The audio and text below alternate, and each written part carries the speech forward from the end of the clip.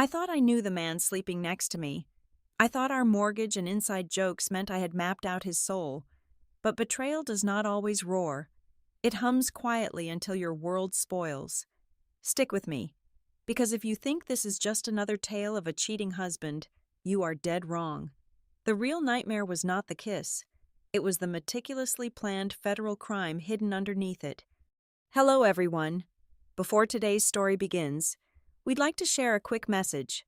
YouTube recently removed our monetization, cutting off our income. If you enjoy this story, we humbly ask for just $1 to help pay our staff so they can make a living and keep creating for you.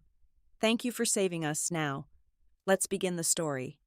My name is Valentina Salazar. I am 38 years old, and I work as a logistics director at Aetheris Dynamics. My entire career is built on managing moving parts, calculating complex variables, and ensuring everything arrives exactly where it is supposed to be. For a decade, I believed I had my personal life just as meticulously organized, a solid, predictable routine, a comfortable suburban home, and a husband who anchored my world. But nothing prepared me for the devastating cargo that was about to be dropped into my lap.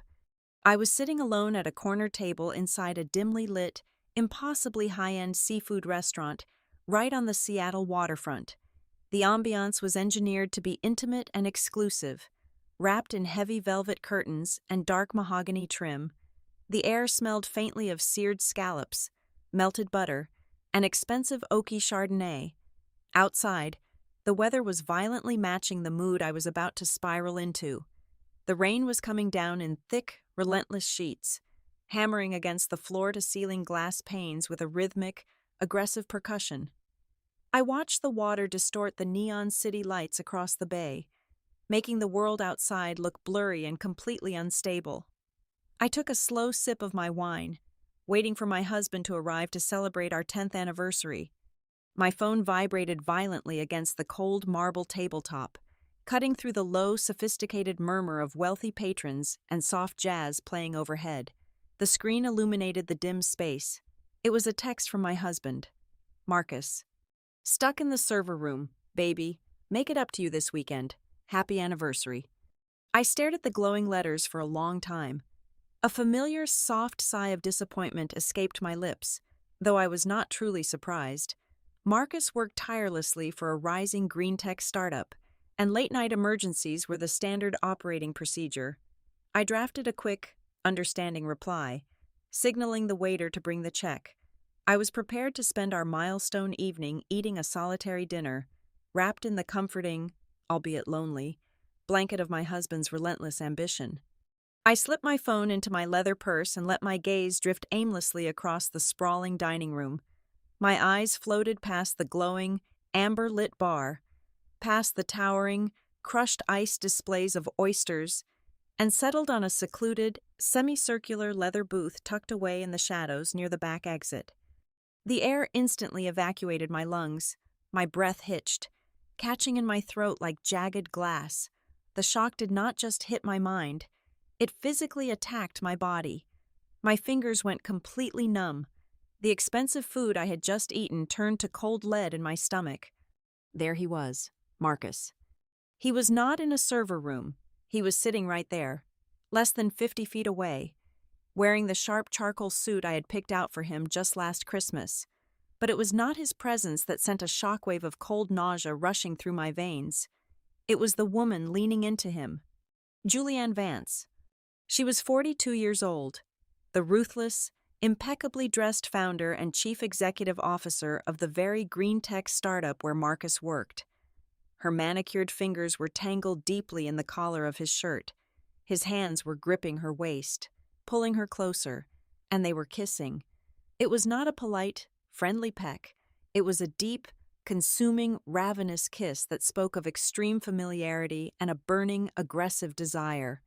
The contrast between the glowing, affectionate text message sitting in my purse and the brutal visual reality unfolding across the room was violently disorienting. The soft, golden lighting of the restaurant suddenly felt like harsh interrogation lamps. The soothing jazz music dissolved into a chaotic, discordant screeching in my ears. The heavy silver cutlery, the flickering candle on my table, the rain hitting the glass, all of it spun into a sickening, suffocating vortex. In that frozen, agonizing moment, the fabric of my reality unraveled. Every late-night shift he claimed to work, every weekend business trip, every time he came home smelling faintly of expensive perfume, it all rushed over me in a tidal wave of humiliation. I realized with sheer, paralyzing terror that my entire 10-year marriage was nothing but a beautifully decorated movie set. The cozy suburban house, the shared routines, the inside jokes. They were all cheap facades propped up by wooden beams. Behind the painted cardboard walls of our life together, there was absolutely nothing but deceit. I was a clueless extra, smiling in the background, while the real plot unfolded in secret. Then the paralysis snapped.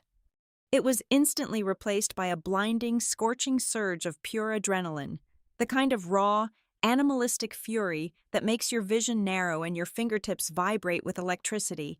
The heat of fury radiated from my chest, traveling down my arms and locking my fists tight. I did not want to cry. I wanted to destroy. I grabbed the edge of my marble table and stood up. The chair scraped loudly against the polished hardwood floor. I was perfectly prepared to march across that dining room, grab the edge of their secluded booth, and physically flip their table upside down. I was ready to shatter the crystal glasses, ruin Julianne's designer dress with red wine, and scorch my entire life to the ground right there in front of the Seattle elite. I wanted the noise. I wanted the chaos. I wanted to burn the fake movie set down. I took one aggressive step forward. Suddenly, a firm, freezing hand gripped my left wrist like a steel vise. I gasped, whipping my head around. A man had materialized beside my table. He was a complete stranger. He was gaunt, his face a landscape of sharp angles and deep shadows, completely out of place among the polished, wealthy clientele. He wore a faded, rain-soaked trench coat, his eyes dark, calculating, and piercingly intense. Before I could scream or pull my arm away, he leaned in close. He brought with him the sharp smell of wet pavement and black coffee. His voice was a raspy, urgent whisper right next to my ear. "If you walk over there, you lose your house, your freedom, and your life. Sit down and I will show you the real affair." I gripped the leather steering wheel of my sedan so tightly my knuckles turned entirely white. The tires hummed a monotonous, vibrating drone against the wet asphalt of Interstate 90 as I crossed the bridge back toward Bellevue. My mind was completely fractured. The image of Marcus and Julianne was burned onto the back of my eyelids, flashing every time I blinked. But beneath the searing heat of betrayal, a new, freezing current of paranoia began to take hold. I had left the restaurant before Marcus even knew I was there. He was completely unaware that the theater production of our marriage had just lost its primary audience member. Elias had vanished back into the Seattle rain, leaving me with nothing but a burner phone number and a terrifying set of instructions. "Go home," he had whispered, his breath carrying the bitter scent of black coffee. "Do not act angry. Do not pack a bag. Search your house. Find the thing he thinks is invisible. Bring it to me tomorrow." I pulled into the driveway of our sleek, modern, two-story house. The structure was a beautiful geometric arrangement of glass and slate, surrounded by perfectly manicured laurel hedges.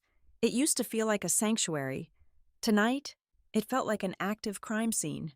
The soft chirp of the alarm system disarming sounded like a warning siren. The ambient glow of the recessed hallway lights felt harsh and interrogating. I stood in the entryway, the silence of the empty house pressing against my eardrums, and I realized I was breathing shallowly, afraid to disturb the air. I had become an intruder inside my own life. I dropped my coat on the floor and began to dissect my home. I moved with a cold, calculating obsession, completely disconnected from the woman who had cried in a seafood restaurant just 1 hour prior. My logistics training took over. I mapped the house into quadrants. I systematically searched the study, running my fingers beneath the heavy mahogany desk, checking the inside covers of the hardcover books, and inspecting the air conditioning vents. I spent 45 minutes tearing apart his side of the master closet, checking the linings of his suit jackets and the soles of his expensive leather shoes. I found absolutely nothing. I stood in the center of the living room, my pulse hammering in my throat. What is invisible? What belongs here so perfectly that it completely disappears into the background? My eyes locked onto the corner of the room. Bathed in the soft light of a standing lamp was a heavy, slate-gray, self-watering botanical planter. It held an elaborate arrangement of lush peace lilies. Marcus had bought it for me exactly 3 weeks ago. It was an uncharacteristically random gift. I remembered his exact words, dripping with feigned affection. "You have been managing so much stress at the firm, baby. I read that indoor plants help reduce anxiety. I want you to relax." I walked slowly toward the planter. It was a massive, cylindrical piece of modern decor.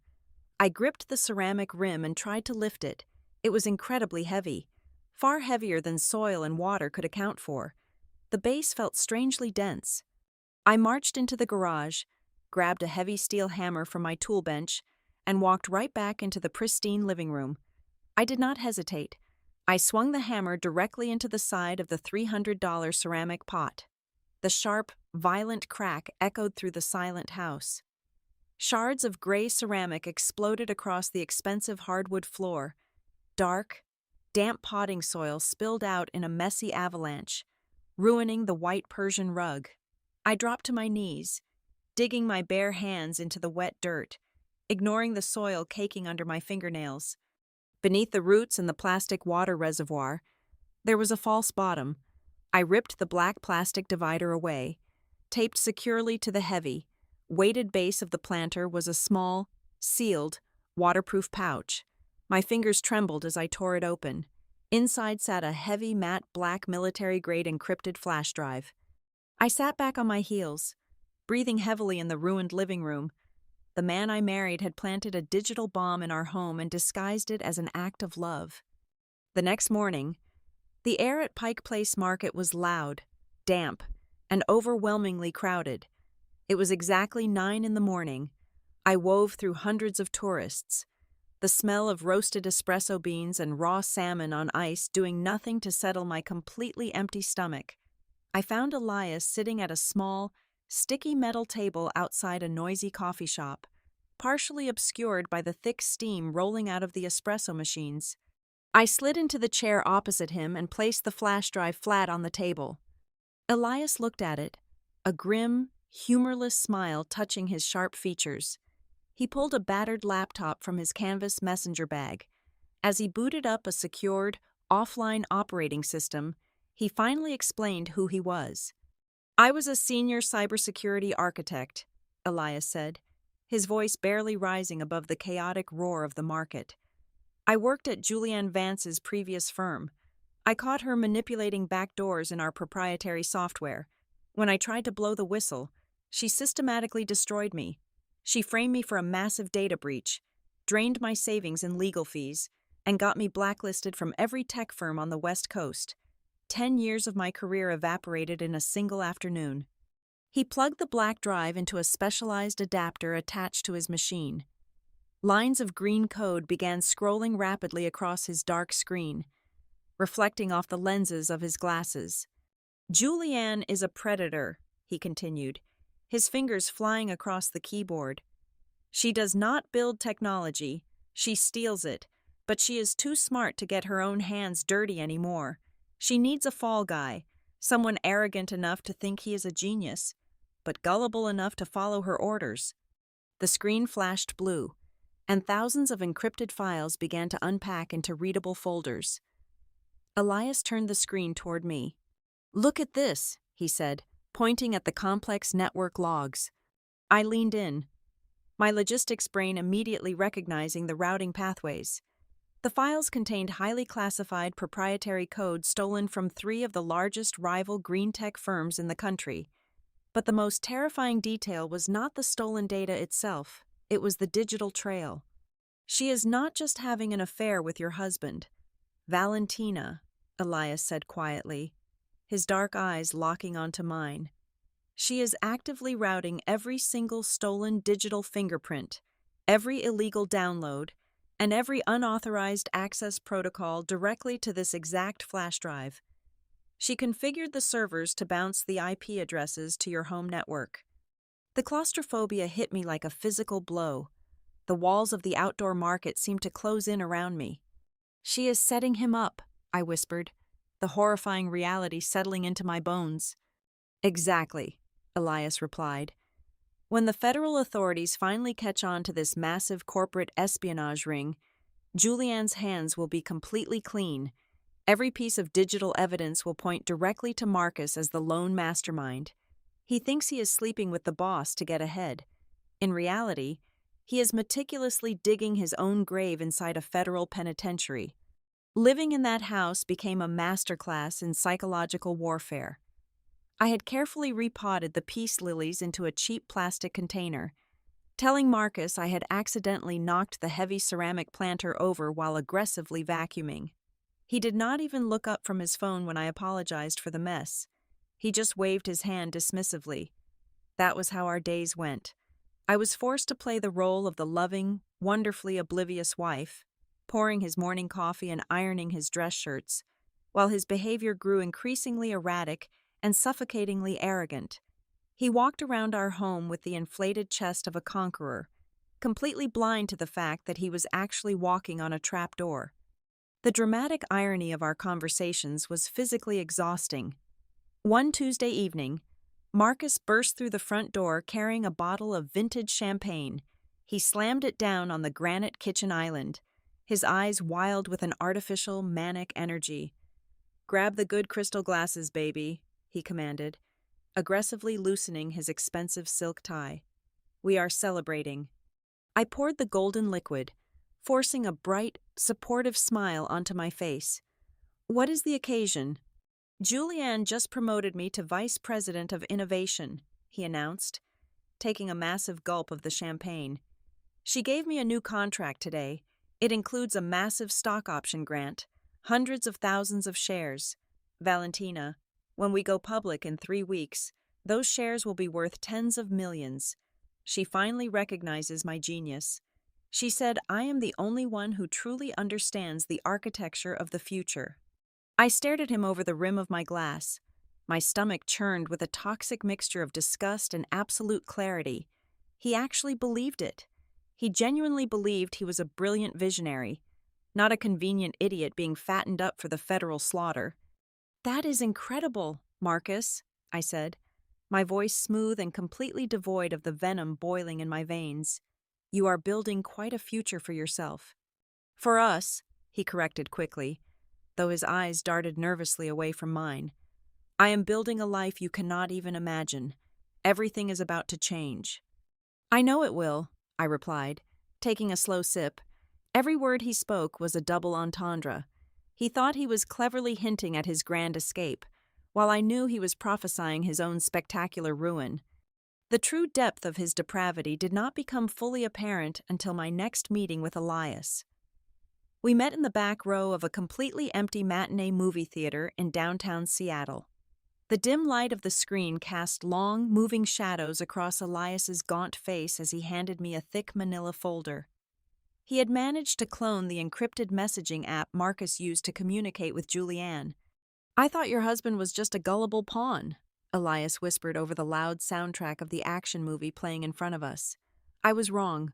Read the transcripts from Thursday." I opened the folder. The printed text messages were a brutal, unfiltered window into my husband's soul.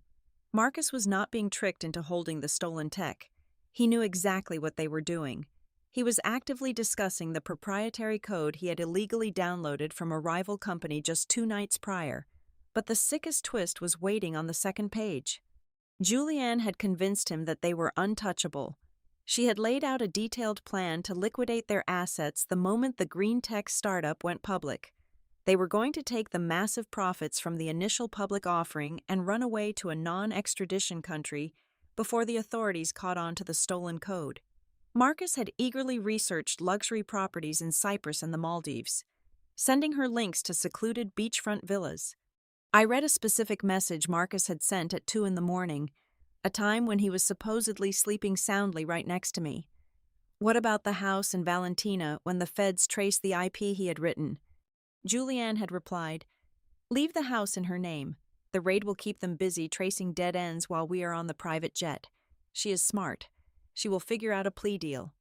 Marcus's response to the prospect of his wife facing federal prison was a simple, damning thumbs-up emoji. In that dark theater, staring at a printed piece of paper, something inside of me fundamentally broke. Or rather, it finally solidified. Any lingering trace of heartbreak, any pathetic, nostalgic attachment I had to the man I had loved for 10 years, completely evaporated into the cold, conditioned air. I did not feel sad. I did not feel betrayed anymore. I looked at the man's words and realized he was a greedy, willing parasite who fully intended to abandon me to a federal raiding party. He was perfectly fine with armed agents tearing my life apart so he could drink cocktails on a stolen beach with his boss. My empathy died, quietly and permanently. It was replaced by a cold, diamond-hard resolve. I was no longer a devastated victim processing marital trauma. I was a survivor mapping out a battlefield. "He is going to let them kick down my door," I said, my voice eerily calm and steady. "They will not get the chance," Elias replied, tapping a specific paragraph of numbers on the final page of the transcript. "Because Julianne is lying to him, too. Look at the routing numbers she gave him for the offshore accounts." I studied the complex financial jargon. My years of logistics training allowed me to see the structural flow of the money with crystal clarity. Marcus believed they were setting up joint accounts in the Cayman Islands, but the beneficiary trusts were solely registered under Julianne's maiden name. "She has no intention of getting on a plane with him," I realized out loud, the pieces locking into a horrifying, brilliant picture. "The upcoming public offering is just a massive smokescreen." Elias nodded slowly. "Julianne's ultimate plan is to drain the entire company's operational accounts during the chaos of the public launch. She is going to siphon hundreds of millions of investor dollars into her hidden private trusts. And because Marcus's digital signature is all over the back doors, and the stolen code is sitting on a hard drive in his living room, she is going to leave him holding the bag for absolutely everything. The corporate espionage, the embezzlement, the grand larceny. She will disappear with the money, and he will take the fall for a massive financial syndicate he did not even know he was managing." I closed the manila folder, the coarse paper rough against my fingertips. Marcus thought he was the architect of my destruction, but he was merely the foundation of his own.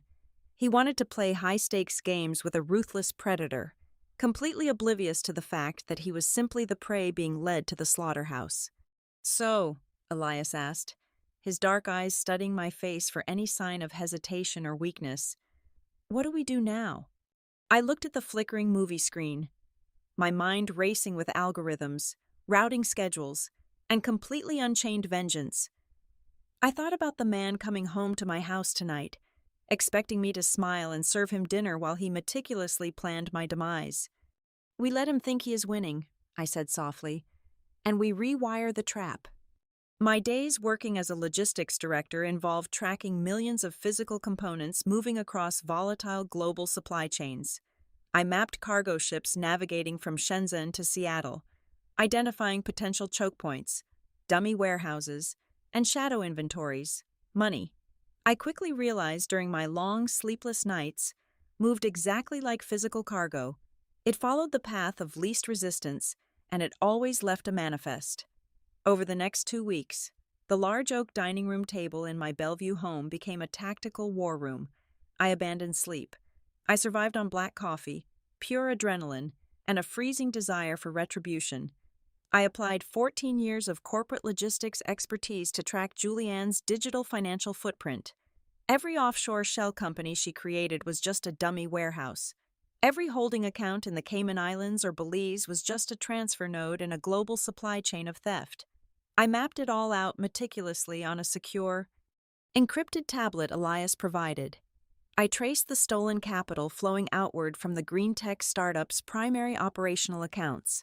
I watched the numbers run through a labyrinth of fake consulting entities, bounce across international borders to wash the origin points, and finally terminate in 3 deeply hidden personal trusts, registered explicitly under Julianne's maiden name. But mapping the digital supply route was only the first phase. We had to hijack the cargo mid-transit. To do that, Elias desperately needed access to the administrative credentials buried deep inside Marcus's personal devices. That required me getting unrestricted access to my husband's unsecured home laptop. It turned out to be terrifyingly easy. Marcus's fatal flaw, the crack in his armor that would ultimately destroy him, was his gargantuan, incredibly fragile ego. I simply weaponized his own arrogance against him. Every evening when he returned from his downtown office, I poured him a heavy glass of expensive scotch and flawlessly played the role of the awestruck, intellectually inferior spouse. I begged him to explain the intricate details of his new promotion.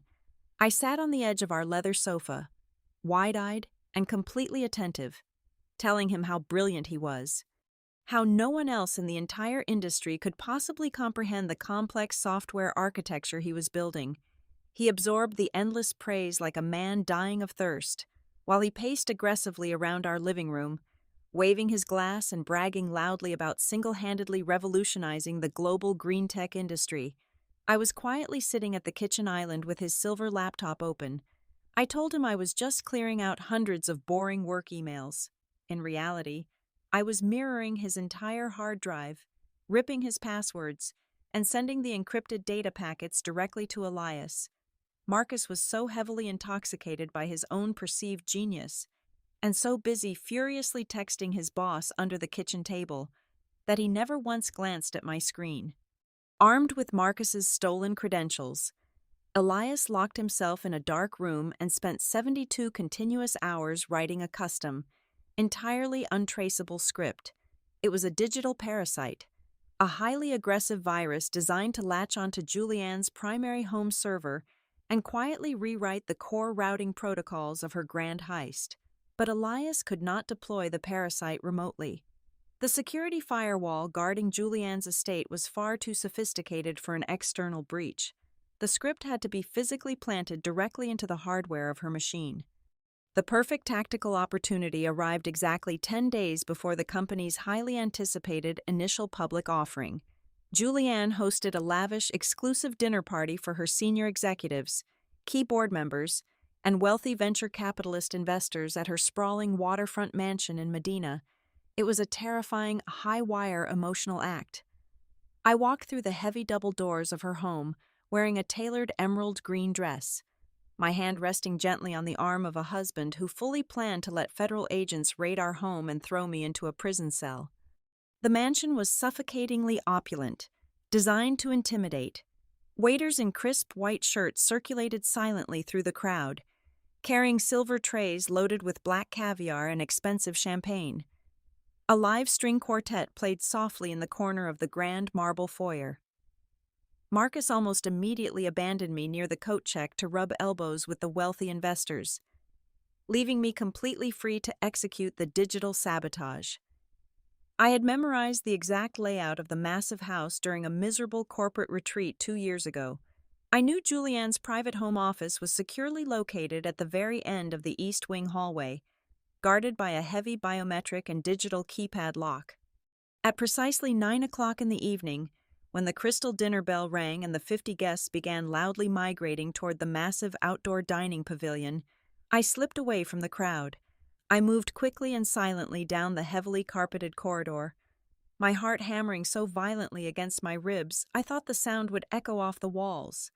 I reached the tall, frosted glass door of the office. Thanks to the raw data I pulled from Marcus's compromised laptop, Elias had successfully decoded the master keypad entry. I punched in a highly complex, 6-digit sequence. The heavy locking mechanism clicked, flashing a bright green light. I slipped inside, plunging instantly into the dark, temperature-controlled room. The primary server tower was humming quietly, hidden beneath a massive oak desk.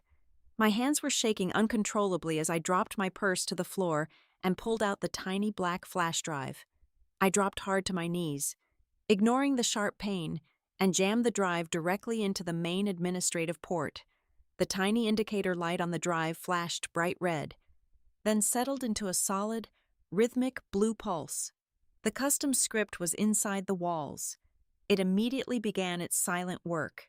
aggressively rerouting the destination parameters of Julianne's stolen funds and systematically rewriting the damning digital evidence away from Marcus's home network, aiming the entire catastrophic payload directly back at Julianne's own hidden trusts.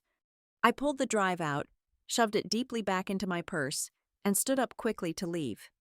The heavy oak door suddenly swung open. The bright, warm hallway light violently spilled into the dark office, immediately illuminating my frozen figure. Julianne stood entirely still in the doorway. She held a half-empty crystal wine glass in her left hand, her sharp, predatory eyes narrowing with intense suspicion as they locked onto me standing directly behind her private desk. The oxygen in the room instantly vanished. A freezing sweat broke out across my spine and the back of my neck. "Valentina," Julianne said, her voice laced with a highly dangerous, silky edge that cut through the silence. "What exactly are you doing creeping around in my private office?" Absolute panic threatened to swallow my mind whole. If she walked over and checked the server activity logs right now, the entire revenge plan would instantly evaporate, and my life would be ruined. I had less than 2 seconds to react. I needed a distraction so powerful, so deeply and emotionally manipulative, that it would completely blind a highly intelligent sociopath. I dug deep into the absolute rock bottom of my personal pride and played the most pathetic, humiliating card I possessed. I let out a very shaky, dramatic breath. I forced my eyes to well up with heavy tears, actively dropping my shoulders to make myself look incredibly small, broken, and defeated. "I am so entirely sorry, Julianne," I whispered, letting a convincing, broken tremor enter my voice. "I was just looking for a quiet, dark place to hide. I absolutely did not mean to intrude on your space." She took one slow step further into the room, not dropping her intensely suspicious glare. "Hide from what?" I looked down at the expensive hardwood floor, perfectly mimicking the profound shame of a desperate, clueless housewife. "From Marcus, and from everyone out there having a wonderful time." I looked back up at her, letting a single, heavy tear fall down my cheek. "Julianne, please. You are his trusted mentor. You know him better than anyone else at the firm right now. Is he acting completely erratic and angry at work? Because at home, he is like an aggressive ghost. He snaps at me constantly over nothing. He hides his phone under his pillow. I feel like I'm completely losing my husband to this massive company, and I just do not know what to do to fix him anymore. I am so deeply embarrassed to even be standing here." The physical transformation in Julianne's face was a terrifying masterpiece of psychological manipulation. The dangerous suspicion in her eyes instantly melted into a sickening, triumphant pity. I was stroking her massive ego in the most fundamental, satisfying way possible. I was standing directly in front of the wealthy woman who was sleeping with my husband, actively begging her for marital advice, practically confirming to her face that she had successfully conquered my entire life. It was the ultimate, intoxicating power trip for a ruthless narcissist. She walked across the room, placing a highly patronizing, cold hand heavily on my bare shoulder. "Oh, Valentina," she cooed, her voice dripping with fake, sugary sympathy. "Running high-level startups is incredibly stressful. Marcus is just under a massive amount of pressure with the upcoming launch. You just need to be a good wife, be very patient, and blindly support him. Everything will resolve itself very soon, I promise you." "Thank you so much," I choked out, aggressively wiping my fake tears away with the back of my hand. I really just needed to hear that from someone who truly understands his genius. "Come on," she said smoothly, actively leading me out of the dark office and completely ignoring the massive server tower humming quietly just inches behind us. "Let us get you a strong glass of wine." The heist was officially complete. The digital trap was rewired and fully operational. Over the next 10 days, while Elias's custom script systematically disassembled every piece of Julianne and Marcus's future, I quietly and aggressively dismantled my own past. I treated my own home like a hostile extraction zone. I secretly opened a new, highly secure bank account under a completely different name and slowly transferred 100% of my personal savings, keeping the visible joint accounts looking completely untouched to avoid raising any alarms. I rented a secure, climate-controlled storage unit all the way across the city, every single day, while Marcus was downtown at the office playing the big executive. I packed up the things that truly mattered to me. I packed my grandmother's vintage jewelry, my important financial documents, and the small, irreplaceable sentimental items that anchored my true identity. I moved my hard assets and my life entirely out of the blast zone, piece by quiet piece. I replaced the missing heavy items in the house with cheap, visually identical replicas, or slightly rearranged the large furniture to completely hide the growing empty spaces. Marcus was so violently consumed by his impending wealth, constantly pacing the long hallways and furiously texting his boss, that he never once noticed the walls of his kingdom were completely hollowing out around him. Our large suburban house was rapidly becoming a dead ghost town, and he was the only occupant who did not know he was already buried. The morning arrived like a sudden thunderclap. The sky over Seattle was brutally clear. The massive downtown convention center was completely packed. 3,000 investors, industry analysts, and tech journalists filled the cavernous hall. The noise was a deafening, chaotic roar of anticipation. Camera flashes exploded like tiny lightning strikes. The air conditioning pumped freezing air, but the room felt suffocatingly hot. Today was the initial public offering. Today was the day the lie went public. Marcus sat exactly 3 seats to my right in the velvet-lined front row. He wore a brand-new, custom-tailored charcoal suit that cost over $4,000. His knee bounced rapidly against the seat in front of him. He was practically vibrating out of his own skin. It was not anxiety. It was pure, unfiltered greed. He kept checking the heavy gold watch on his wrist. It was 9:45 in the morning. He firmly believed that by 10 o'clock, he would possess hundreds of millions of dollars. He thought he was about to shed his old life like a snake shedding dead skin. I sat perfectly still, the devoted, supportive spouse. I wore a simple black dress. My hands rested politely in my lap. Beneath my calm exterior, my pulse was hammering a violent, frantic rhythm against my throat. Every second felt incredibly heavy. The ticking clock was deafening in my own mind. I turned my head slightly. I scanned the dark perimeter of the massive auditorium, past the flashing cameras, past the sea of expensive suits. I found him. Elias was standing on the elevated production riser at the very back of the hall. He wore a black crew shirt and a heavy headset. He blended perfectly into the audiovisual team. He stood behind a massive soundboard covered in glowing sliders and monitors. I stared directly at him, for a fraction of a second. His dark eyes met mine across the massive expanse of the room. He gave me one single, imperceptible nod. The final piece was in place. A sudden booming voice echoed over the public address system. The lights in the audience plunged into total darkness. 6 massive spotlights violently converged on the center of the stage. Julianne walked out from the wings. The entire room erupted. 3,000 people stood up and screamed her name. The applause was a physical wave of sound. She stood directly in the center of the stage, soaking it all in. She wore an immaculate, razor-sharp white suit.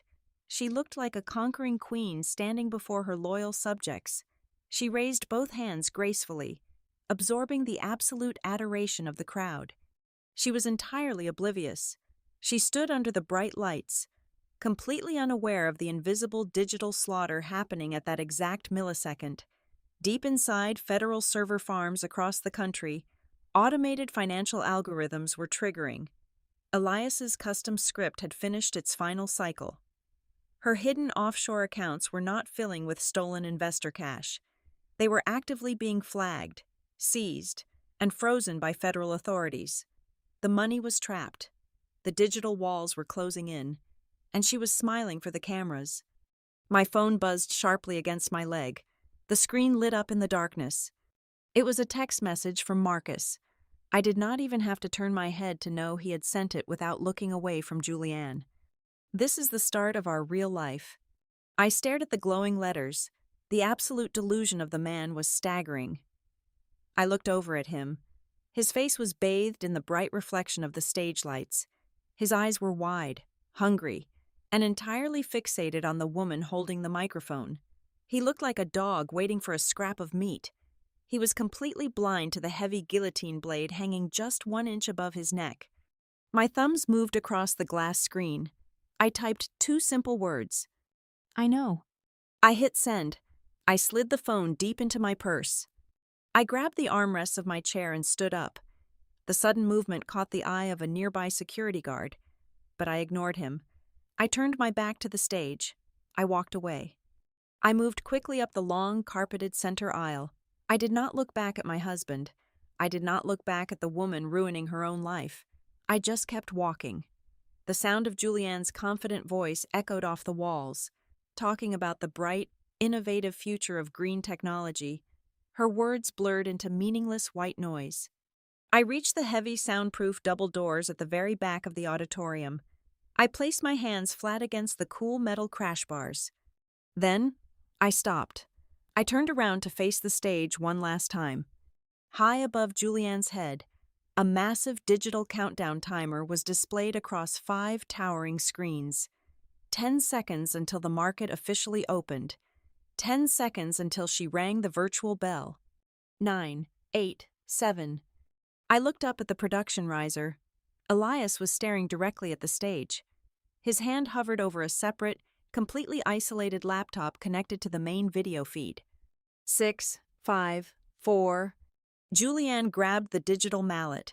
She smiled a brilliant, predatory smile. Marcus leaned forward in his seat, holding his breath. 3, 2, 1. Elias pressed the enter key. The massive screens above the stage violently flickered, the bright timer suddenly collapsing into dark static. A collective gasp rippled through the auditorium of 3,000 people. Then, the static snapped into sharp, high-definition clarity.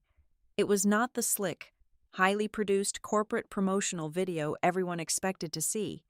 Instead, the 5 towering monitors projected a harsh, glaring white background filled with scrolling lines of stark black text and official government seals. It was a live, real-time mirror of Julianne Vance's highly encrypted personal financial network. Giant red banners slashed across the data, blinking with a brutal, repetitive message. Account frozen. Assets seized by Securities and Exchange Commission. The crowd watched in absolute paralyzed shock as the live balances of hidden offshore trusts, containing hundreds of millions of stolen dollars, aggressively zeroed out right in front of their eyes. Next to the collapsing bank accounts, massive screenshots of Julianne's deeply private, frantic text messages to her offshore fixers began to populate. Move the funds now. The feds are sniffing around the shell companies. Read one massive text bubble dated just 2 days prior. Burn the servers, read another. Julianne stood frozen in the center of the stage, her digital mallet slipping from her manicured fingers and clattering loudly against the hardwood floor. But the visual destruction was only the first wave. The auditorium's massive, state-of-the-art surround sound system suddenly crackled to life. It did not play triumphant corporate music. It blasted a crystal-clear, deep-fake-proof audio recording of a panicked voicemail Julianne had left for her personal defense attorney late last night. Her voice, stripped of all its usual silky, rehearsed charm, echoed off the cavernous walls with a shrill, desperate panic. "Do not worry about the espionage trail," the giant speakers boomed. "I routed every single piece of stolen code through Marcus. He is a pathetic, gullible idiot who will happily wear a federal jumpsuit for the rest of his life so I can cash out. Just make sure my jet is fueled at Boeing Field by noon." The entire auditorium plunged into a suffocating, dead silence, the kind of profound quiet that follows a massive explosion. 3,000 pairs of eyes slowly shifted from the glaring screens directly down to the front row. I watched from the back of the room as Marcus physically collapsed into his velvet seat. It looked as though someone had severed the strings holding up a marionette. The arrogant, vibrant posture of a man about to become a billionaire vanished instantly. the blood completely drained from his face, leaving his skin an ashen, sickly gray under the harsh stage lights. His hands gripped his head, the sheer, crushing magnitude of his public humiliation and his impending legal doom crashed down on him all at once. He was not a tech genius. He was not running away to an island. He was the fall guy, entirely ruined in front of his entire industry. Precisely as the brutal audio recording ended, the heavy soundproof back doors of the convention center violently burst open. Over 30 federal agents wearing dark tactical gear and windbreakers emblazoned with the letters of the Federal Bureau of Investigation flooded the center aisles. The synchronized, heavy thud of their boots on the carpet sounded like a marching drum. Total chaos finally erupted. Investors scrambled out of their seats, shouting in panic. Julianne, her pristine white suit, now a symbol of her spectacular downfall, panicked like a cornered animal. She abandoned the microphone and tried to flee frantically toward the dark backstage wings. She made it exactly 10 feet before 3 federal agents intercepted her, wrestling her firmly to the ground and aggressively ratcheting metal handcuffs onto her wrists. From his seat in the front row, amidst the screaming crowd and flashing federal badges, Marcus finally turned around. He frantically searched the massive, churning sea of people, his terrified eyes scanning the back of the hall. He was looking for me. He was begging for his supportive, clueless wife to somehow save him. Our eyes locked across the massive distance. I did not cry. I did not scream. I stood perfectly still, raised my right hand, and gave him a single, cold, utterly definitive wave goodbye. I turned around and pushed through the heavy exit doors. The crisp, freezing Seattle air hit my face, bringing with it the sharp scent of pine and salt water. Elias was already waiting at the curb in a sleek, unmarked black sedan. The engine was running. I opened the passenger door and slid into the warm leather seat. I pulled my phone out of my purse. The screen was flooded with frantic, rapid-fire missed calls from Marcus. I pressed block. I deleted his contact entirely. As Elias merged the car onto the wet highway, I looked out the window and watched dozens of police cruisers with flashing red and blue lights swarm the front entrance of the convention center, completely burying the man who thought he could bury me. Exactly 6 months later, the weather was entirely different. I was sitting on a sun-drenched balcony in a brand new city, thousands of miles away from Washington State. The ocean breeze was warm. I took a slow sip of my dark roast coffee and opened the morning digital newspaper on my tablet. There, buried on page 4 of the financial section, was a brief, unremarkable article. Marcus had officially accepted a brutal federal plea deal. He was sentenced to 25 years in a maximum security penitentiary for corporate espionage and grand larceny. Julianne was facing 50. I set the tablet down on the glass table and smiled, looking out at the endless blue horizon. The absolute greatest revenge was not just actively destroying them, it was meticulously setting the stage, stepping entirely out of the way, and letting them destroy themselves while I walked away completely free. Thank you so much for listening to today's story. We hope you enjoyed it. As an ad-free channel, your support is what keeps us alive. Please support Zoe Revenge Stories with just $1 via the QR code on the screen, or click the link in the description box or pinned comment. Also, we'd love to connect with you. Please leave a comment telling us which city or state you're listening from. Thank you for standing with us, and see you in the next stories.